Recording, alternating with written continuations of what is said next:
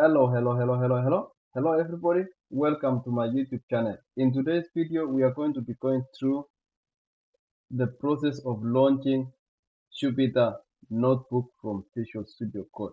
Okay? This is one problem that I faced recently, and sometimes I still forget how to do it.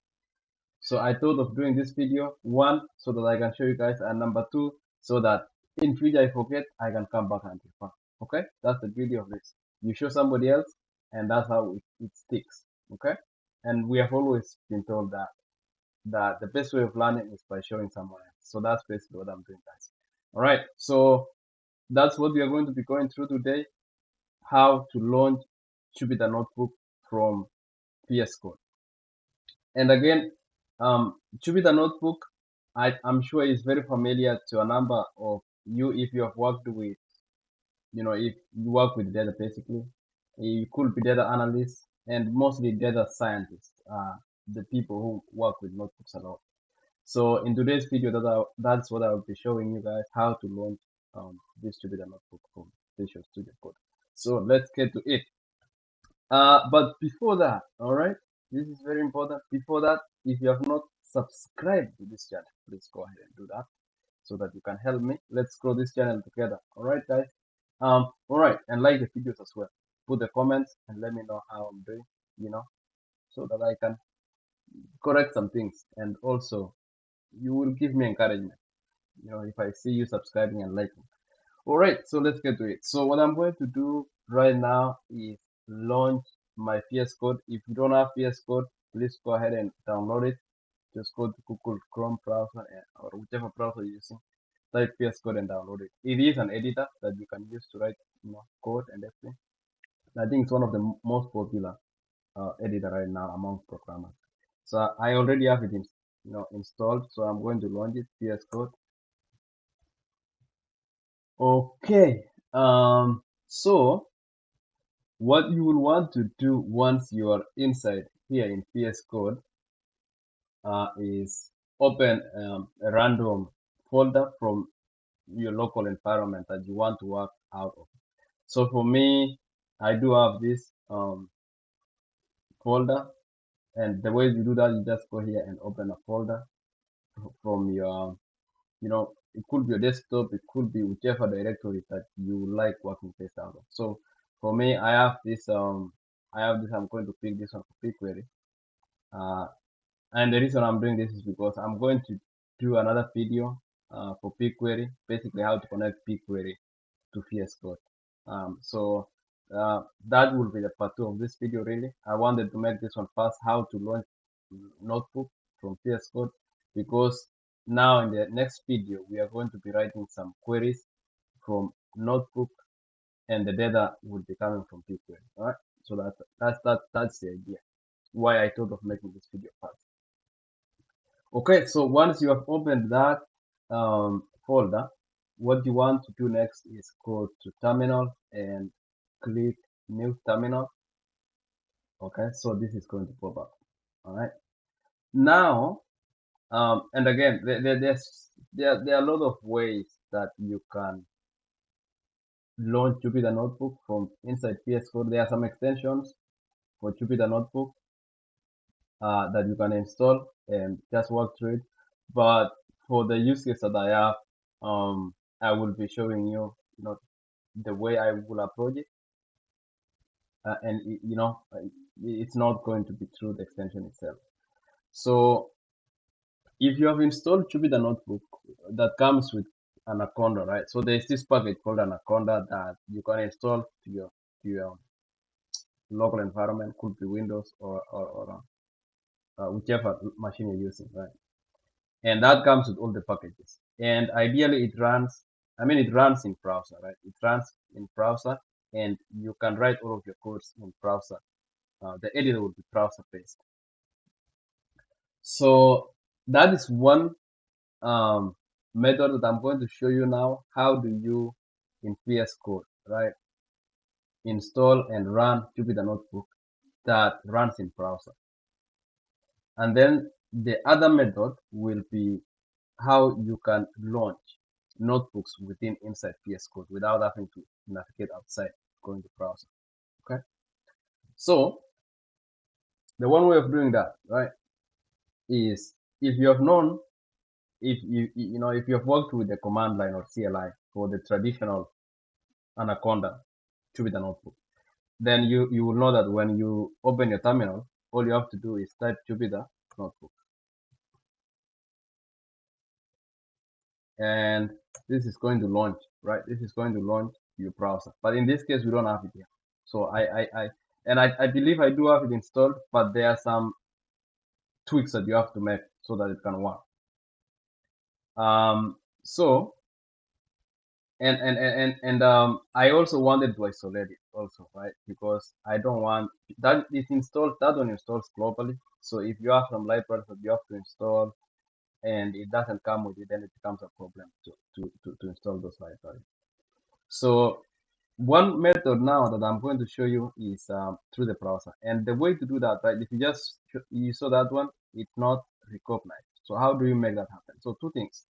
Number one, you have to create a Python virtual environment. Okay, and basically that gives you an isolated sort of a environment where you can install libraries that you need to work on for your, could be your machine learning models that you're training, or it could be anything. And that is really a recommended way so that you don't clutter a lot of libraries into your machine, right? So it's always recommended to create an isolated virtual environment where you can work this out.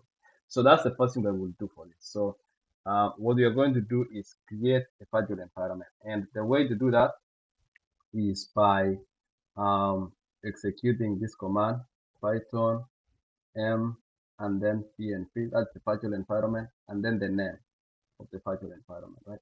So I'm going to make this. Actually, let me just make it like demo tutorial, right? Demo tutorial. So that's going to create for us a Python virtual environment. Um, so it will take a minute, and then what we want to do after that is activate this virtual environment. So basically, we build this isolated house somewhere in some island somewhere. Then we move there and we work out of that, so that all the chaos that are happening outside the world we don't care about, right? Okay, so it has created, and what we want to do is navigate to this, and inside here, where what we want to do is go inside scripts. That's where you can activate it. So there are two ways. You can just run this batch file, activate. Uh, Here I am in PowerShell, so I'm going to run this one here. So I'm just going to type activate.ps1. Okay, so that has activated our virtual environment. And the way to know that is, you see this Kai right here. So the name, that's the name of the virtual environment that is created. That means that you're inside that house now. You've moved in. So we can now start working. So I'm going to go up to folders. And then now what we want to do is, so let's see, right? The one way now to know if this environment, what are the packages that are inside there. So you can type this command pip freeze. This is a Python installer. Pip freeze, basically it will list the the packages or libraries that you have installed. It will also use pip list.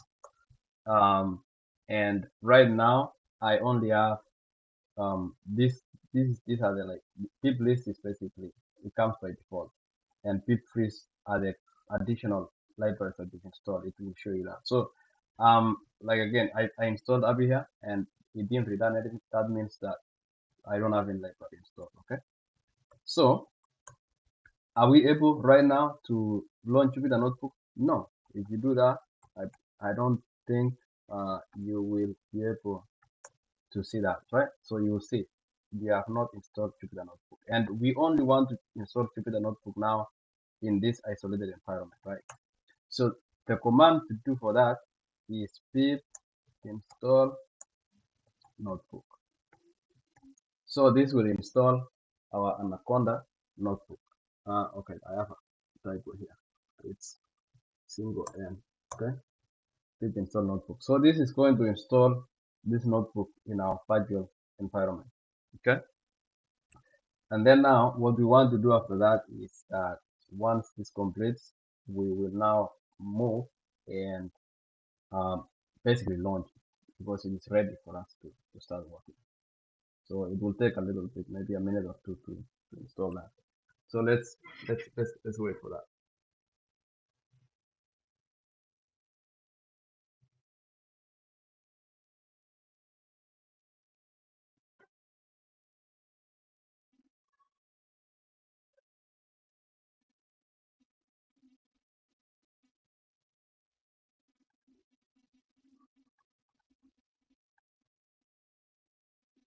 Yeah, so as that one is installing, these are just the process. So the first thing that we did there was to create the Fagile environment and switch onto it.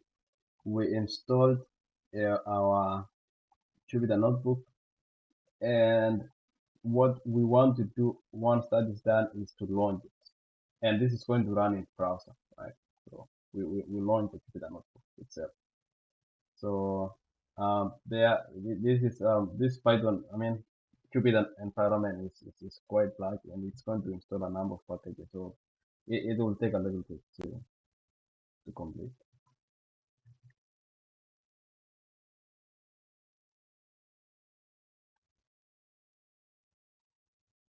And you can see it is collecting and installing a bunch of libraries there. So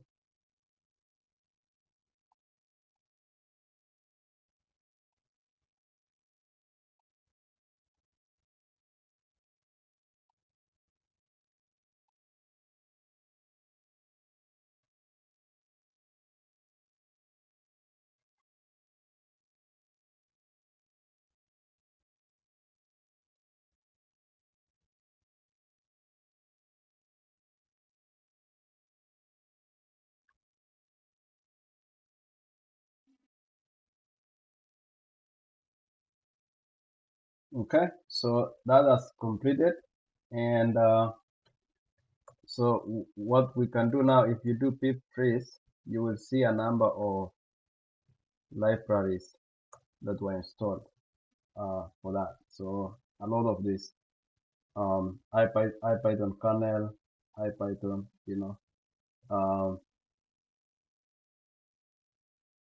this was just part of, and here is our notebook that was installed as part of that. Okay, so I'm going to clear this, and now the next thing to do is to uh, launch the notebook. So the command for that is Jupyter just notebook, right?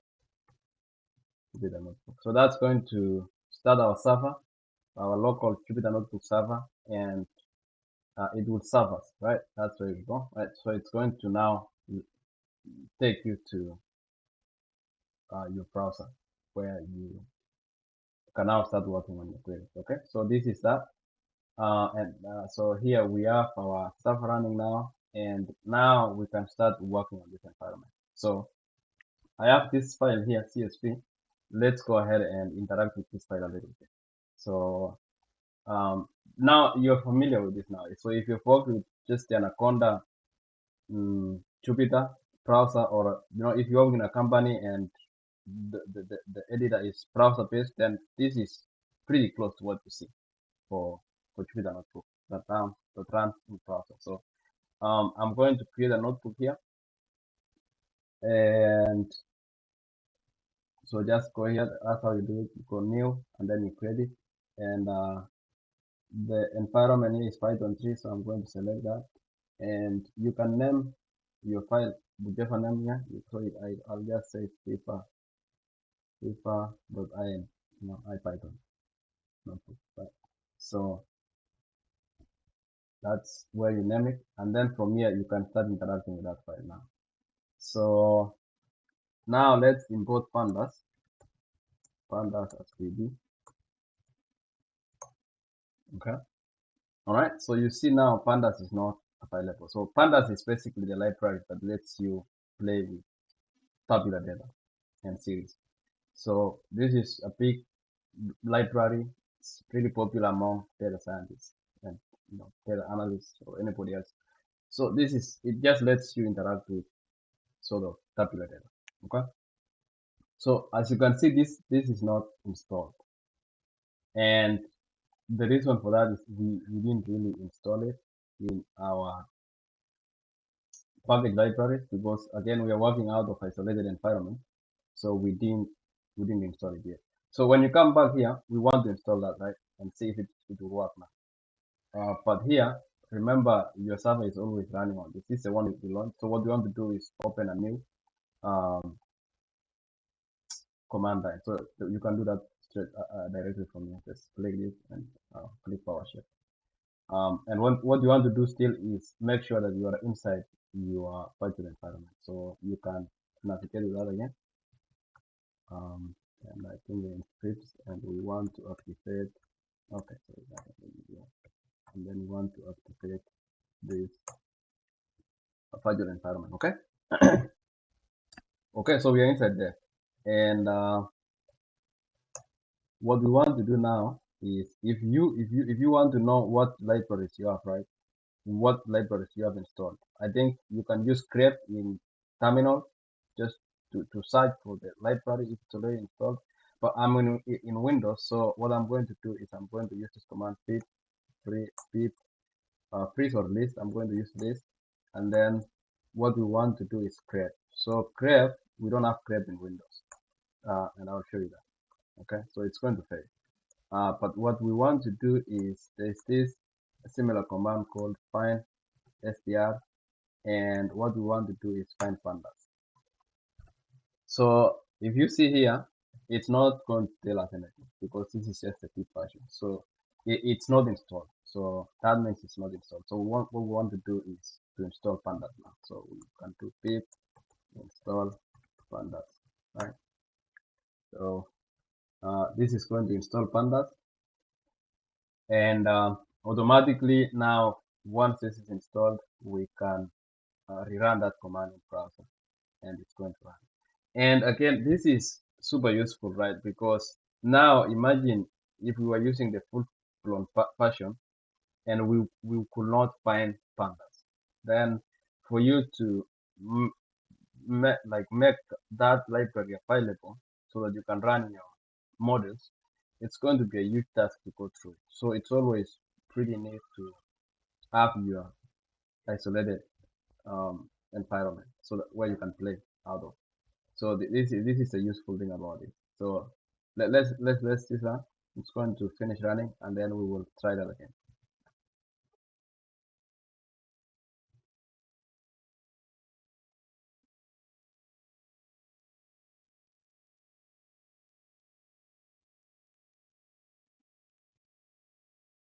Okay, so that's finished, and let's run that command again now to find if pandas has been installed. So execute it, and you can see here now pandas version 2.1.1 has been installed. So what we can do now is try running that command again. So if you go here and execute it, this time it should run without a problem. Okay, see that? So it ran. And then now, once that has run, then you can start now reading your files. You can start importing files either from, CSV files, Excel files. So for me, for this case, I do have a local file here. This one here, this FIFA file here. It's a CSV file. That's about 13 records and a number of fields up here. So I'm going to import this file to pandas, and it's inside this same directory, the root directory, so I don't have to switch to any other directory. So all I'm going to do is say df, which is my data frame, and I will say pd read, I believe it's read csv, read csv. I could be wrong. Oh, and then I want to say FIFA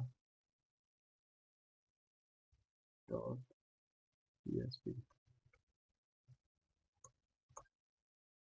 Okay, so read csv, and then we import that, so that one there. And then if we do df now, which is our data, it's going to show us that data, which is what we saw right here. So that's our data. Okay. So read CSV again in pandas allows you to read or import files from CSV. So that's one way, right? Like if you want to load data from a CSV file to your notebook, this is how to do it. You just use the read CSV function to import your data. And from there, you can start doing manipulation. Now you can manipulate your data whichever way you want. So if you want to see the count, for example, then you can say shape, and shape basically tells you how many records you have. So we have 13 records and 10 columns. You can select the first 5 records, for example, like we just said, and then Control Shift, and this is your data. Okay, so I don't want to do a lot of other things here. I'm not a data scientist, so I haven't played that much with pandas, but that's the idea, right? You can now start manipulating your data, cleaning it up, whichever way you want. So that is one way, right, of uh, launching Jupyter Notebook from VS Code, and I think that is pretty neat. I like it because now, whenever you have another library that you want to interact with, all you have to do is come here, install it using pip, and it's going to be available, and the browser automatically will detect it, and you can run your models whichever way you want.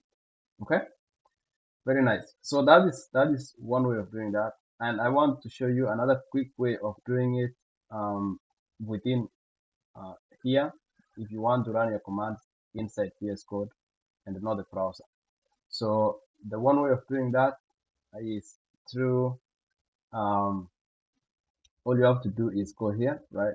All you have to do is go right here, uh, right click, new file, and let's say test demo dot ipython notebook. Okay, so make sure you name it as this way, ipython notebook. That will tell VS Code that you want to start a notebook within this editor itself. So I'm going to save that. And as you can see, we have our notebook now. This is basically the same way. So we have our lines here where we can start writing the same code. So I will try to execute the same code that we did in browser here, and let's see what happens. So I'm going to import pandas. Okay. So this is very important again, right? It still wants to know which environment you want to run based out of. So this is going to be good. We want, which kernel are you going to use, because that also determines where you will get, or where the library, where this notebook will be getting the library from. So here we have this one here, and that's not the one I want. I want to run it inside this virtual environment, right? Because that's where I'll be installing my library. So we go select another kernel here, and Python environments. The one we want is demo tutorial, right? See that? Okay. So what it's going to do now is connect to this environment, uh, and it might take a little bit. It will have to create IPython in the background, but I believe when we installed Notebook, it already included the IPython kernel, which is the backend that runs notebooks in VS Code. So see, that one now ran fine because again we do have this pandas installed here.